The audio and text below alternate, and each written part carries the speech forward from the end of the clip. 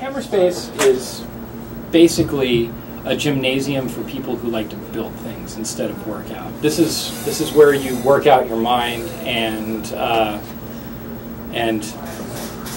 build ideas rather than muscles. So Hammerspace is designed to eliminate the stumbling blocks to creativity. So instead of fumbling along at home and realizing, I need to buy a $500 table saw and a lathe to make this thing that I want to make. It's easier for me to buy the thing than it is to make it, because I'd spend all this money to get the machinery, and then I just really have this one creation that I want to make. Maybe I'll make something else later, maybe I won't.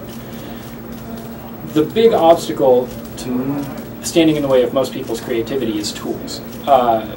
The creative clay artist who says, well, I took a ceramics class in college. I'd like to throw some pots. I don't have a pottery wheel. I don't have a kiln. And by the time I buy all of that, well, that's out of my price range, and I don't have enough current in my home electrical panel for a kiln.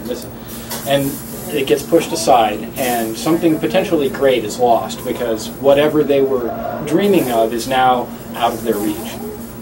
Really, with Hammerspace, we want to try and take a $40 monthly membership and turn it into an infinite array of possibilities. There are things that it's hard to learn without having a skilled person with experience standing next to you when you're doing it. And it can take hundreds of hours of book reading and study and still not getting it, to just someone leaning over your shoulder and going, you get that upside down.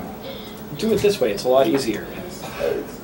I missed that in 30 books that I read, and it's that hands-on approach and the sort of community of idea sharing that we have around here, that it's not just an idea for open source software, it's not just for open source hardware, it's open source ideas around here. We share a little bit of everything, and we all benefit from that shared experience. A maker is someone who... Priests have a calling, and so do makers. It's some sort of internal driving force that drives them to create above all else.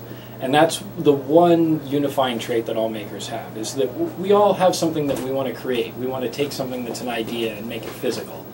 And whether it's something useful that we need to make our lives better or easier, whether it's a new invention that we'd like to sell, whether it's something that is just artistic and we just think it'd be neat, or it's I just want to put a chainsaw on a robot and see what happens.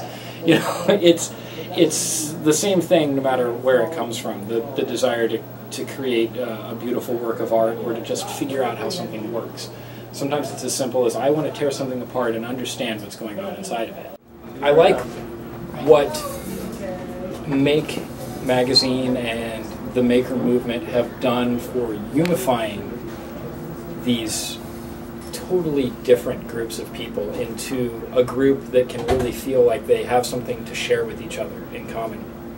So, 3D printer works by feeding this ABS plastic filament down to this heated nozzle, like a glue gun, and then it will basically melt in a controlled manner and then fill it, and then move up, and do that over and over again until you get an actual 3D object on display.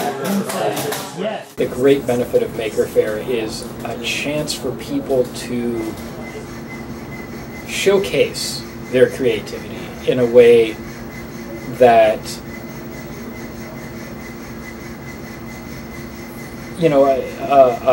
someone who's gifted in music gets to go and perform. People who are gifted at sports get cheered at stadiums, but people who are great at electronics, they don't have a cheering section. There's no, yay, you soldered the electrical component cheerleaders. We don't have them, except at Maker Faire. And when you go to the robot battles, there are cheerleaders holding signs. I love you, Killer Robot number 7. So it's you know, it's sort of like it's Nerd Mardi Gras. So we've got to have, you know, some sort of event to celebrate our achievements, and I think Maker Faire is a great way to do